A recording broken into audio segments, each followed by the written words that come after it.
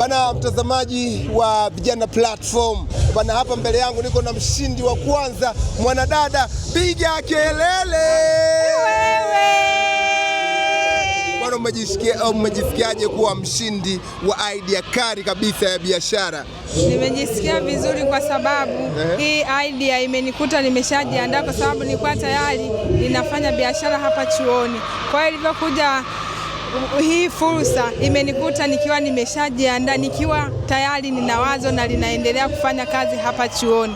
Kwa hiyo nashukuru sana. Okay. Unaanza kutuibia kidogo idea yako ilikuwaje mpaka umekuwa mshindi wa kwanza? Idea yangu ilikuwa ni reality, ilikuwa inaonekana na vile ilikuwa inaonekana na ilikuwa na ubunifu wa hali ya juu. Nilikuwa ninatengeneza mitindo tofauti ya nguo za kike, madela, nguo za watoto na kuendana na soko, kwa sababu nauzia wanachuo wenzangu. Kwa hiyo lazima uendane, hawa ni watoto wa Gen Z, lazima wapendeze. Kwa hiyo niko tayari hata kama mimi ndo nashona. Kwa hiyo kama nikimuuzia mteja nguo ikashindwa kumwenea, mara moja nambadilisha namtengenezea jinsi anavyohitaji yeye mteja. Najua una furaha nyingi, au sio? Unamwambiaje Mheshimiwa Waziri?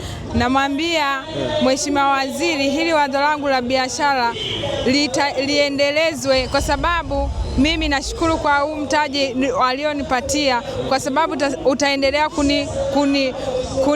kunifanya mimi niendelee kuendeleza biashara yangu, endelee kukua, kwa sababu vifaa nitanunua na vile nitakuwa na mtaji wa uendeshaji na gharama za moja kwa moja nitakuwa ninanunua, na vile kwa hiyo itanisaidia wateja wangu. Kama hivi tunaenda likizo, kwa hiyo watafungua wanakuta tayari nimeshaandaa vitu vingi, kwa sababu mtaji nitakuwa nao. Na Mheshimiwa Rais naye una neno gani la kumwambia mama kama mama mimi nampenda sana Mama Samia, kwa sababu tunaangalia yeye ni mama mpaka amekuwa rais, na maana alikuwa ni mbunifu. Mama amejitoa, kwa hiyo namwiga na najaribu kufanya kama mwanamke, kama mama niendelee kufanyeje. Kwa nini mama ameweza? Kwa nini mimi nishindwe kuwa mjasiriamali? Na mama ametoa fursa. Kwa hiyo mama, nashukuru sana, fursa hii imenikuta nikiwa tayari nimejiandaa. Nashukuru sana, nitaifanyia kazi. Naombeni muendelee kunifuatilia niendelee kufanyeje kunani zaidi. Chukua 5 hizi hapa mwanangu. Wewe tajiri mkubwa. Asante sana. Au vipi? Leo umejaa. Tajiri umepoa.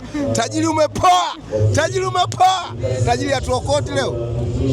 Hii ni ya Mungu, haitolewi bila mahesabu.